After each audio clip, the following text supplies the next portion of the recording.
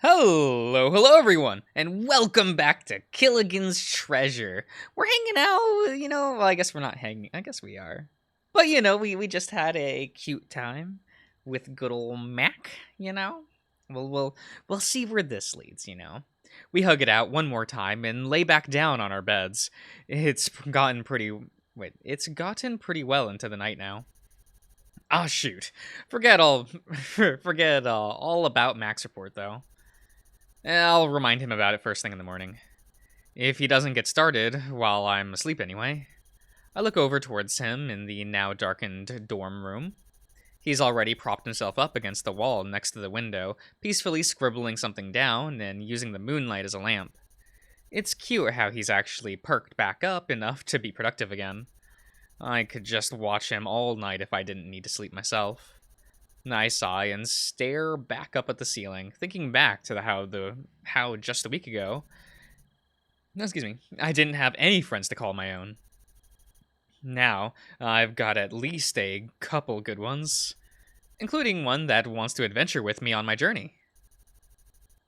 And I know is gonna be a world-class mage someday. Aw. Sleep starts to take hold of me as I reflect on today.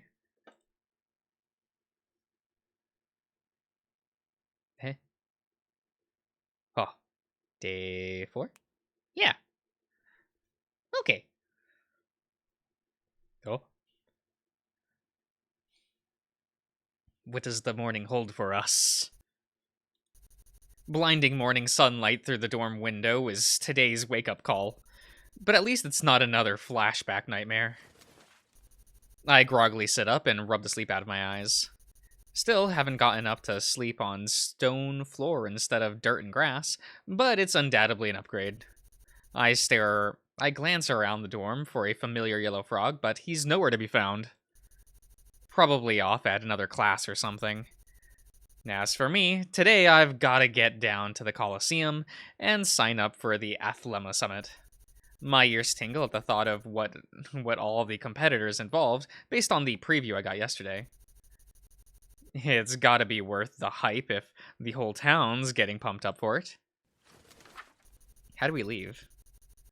I throw the drape covers off as I lean over to get up, causing something to flutter onto the floor. Well, let's see. Surprise! Summoned for graduation orientation. I'll be back soon. Good luck at the registration. P.S. Coin for breakfast is on my bed. Maxon. Okay. Good luck. It's just the signing a paper or something, right? It doesn't seem like it should be more involved than that. Or at least that's how it'd be back in Redroot. Guess it's probably different here. Looks like I'm on my own for this morning, though. Other than the generous amount of coin he left for me. Coin. I walk over and pocket the euros, about 50 in total. Oh my god, enough to pay for breakfast and a half, honestly. Oh. Now I just gotta get what I'm wearing today situated, and I'll be good to go. We will,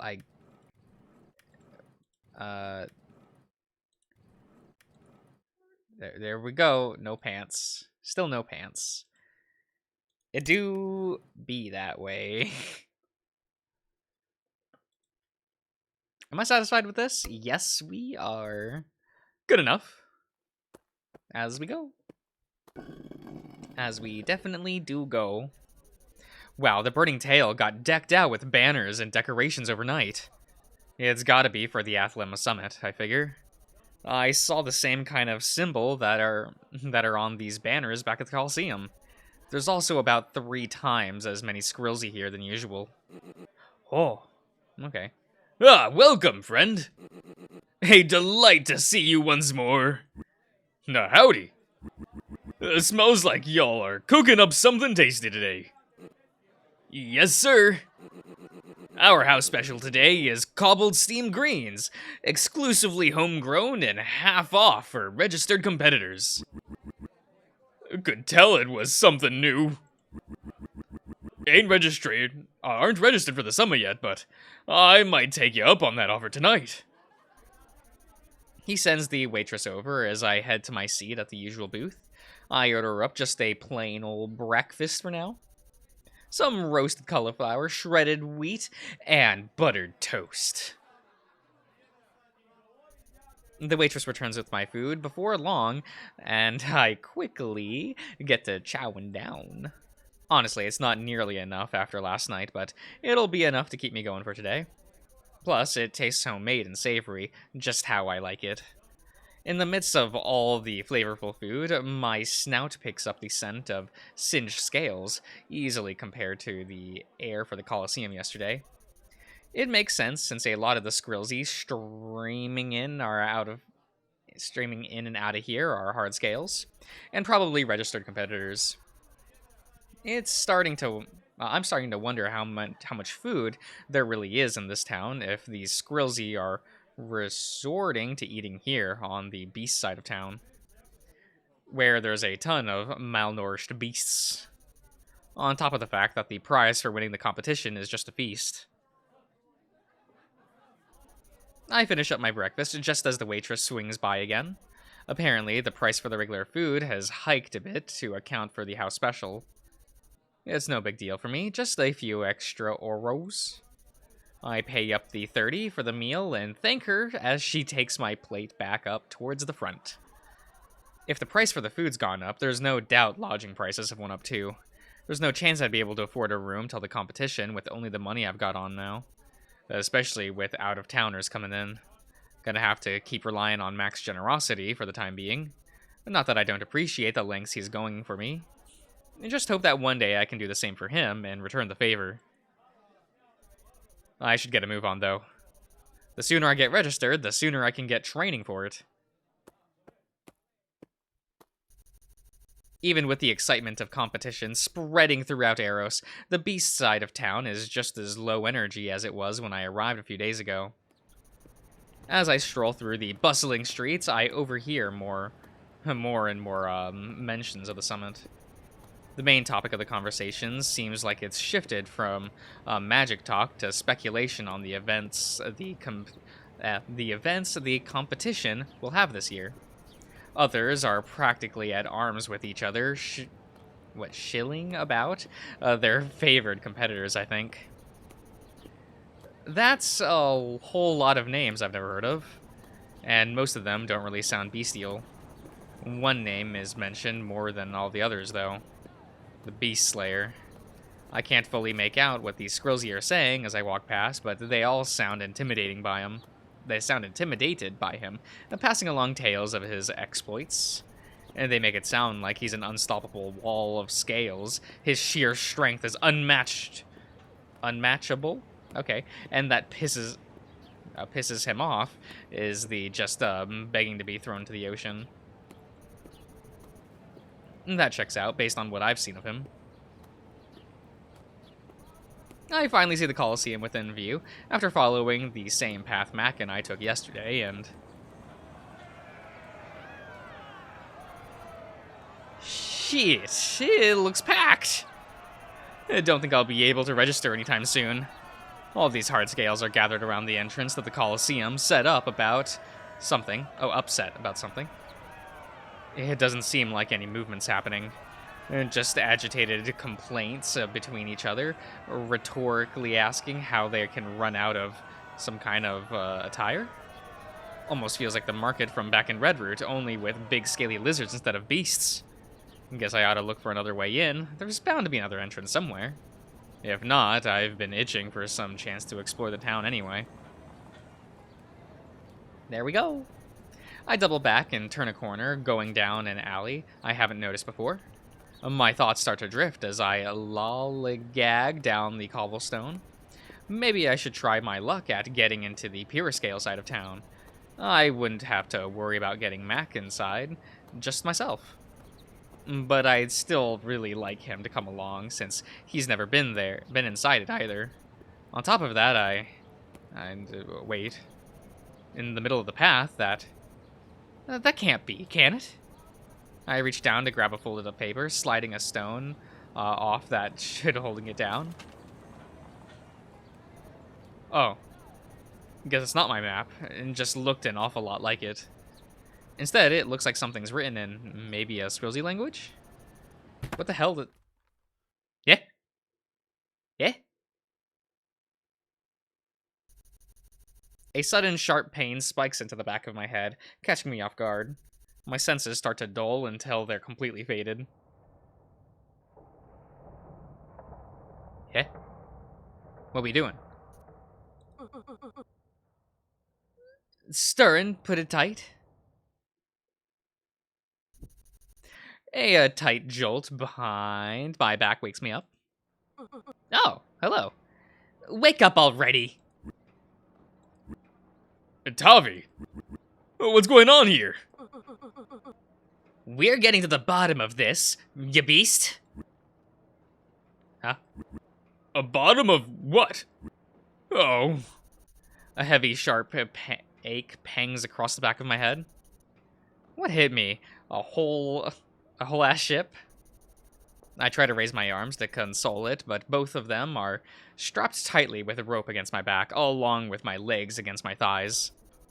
I'm also kneeling on a barely cobbled floor, my knees pressed sharply against the stone. It's hard to tell for sure, turning my head around, but I think I recognize where I am. Inside the shipyard's warehouse. I snap out of my stupor and glare back at the small green squirrelsy. What the hell's going on here, Tavi? Why am I all tied up? I try to tear free of the rope, but they don't give. And not even a little. They're bound way too tight for me to even squirm. As expected, he used the good rope for this. We've got a few things to discuss with you, Bavolian. I wanted to have had a conversation without having to resort to restraints, but this is what pissed off. This is what, this is what pissing off the Beast Slayer gets you. Who? Zakar? He's too afraid. But he too afraid I'll kick his ass again. You're more perceptive than I thought, if you already knew who the Beast Slayer is. Or is Zoe's really shitty at keeping his maw shut, which seems more likely. Anyway, I'll let him chat with you for a bit. No, wait! Wait! God damn it, Tabby! Get me the hell out of here, this shitty warehouse! No. Nay, that won't be happening, Killigan.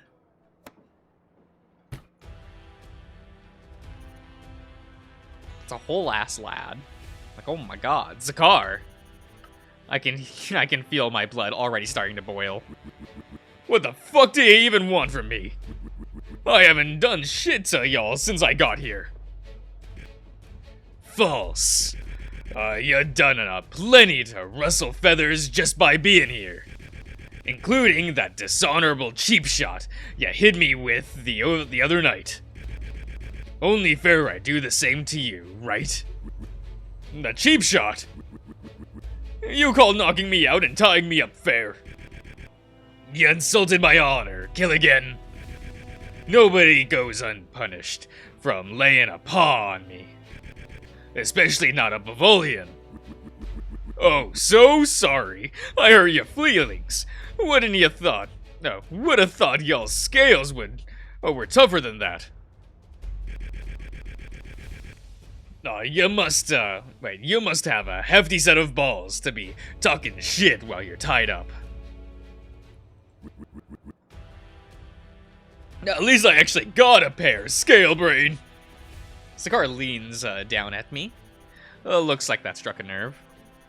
He squats down and stares me straight in the eyes, snorting hot air into my face. Keep that up, and you might not for much longer.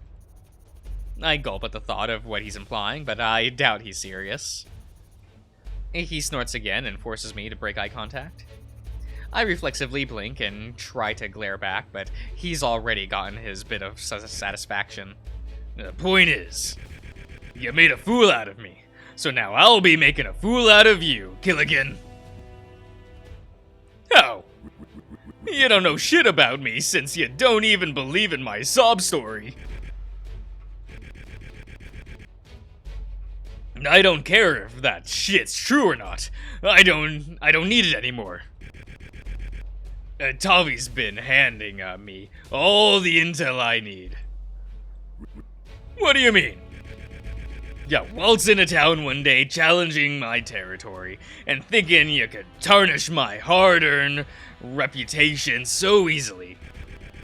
And if you think an honorless strike will grant you that, you're dead wrong. I'm sure you've heard. I've got a knack for doling out punishment where I see fit. And like I've already said, Tavi's been telling me everything you've been up to since getting here. A sneaky devil, that one.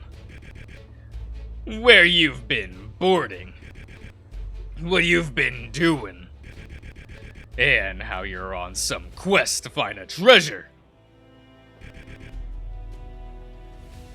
At the end of this map. He twirls my folded up map between his fingers as Tavi watches from atop her perch on a pile of crates. Of course they're gonna flaunt that. So, first order of business here. You're going to tell me how the hell this map works. Work? It's a map. You just look at it and it tells you where to go. Is that too much for you to comprehend? Or does it not get through your dumb, shitty scale plates?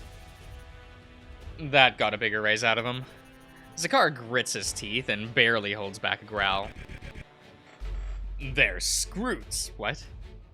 Wait, scoots? Huh. You uncultured beast.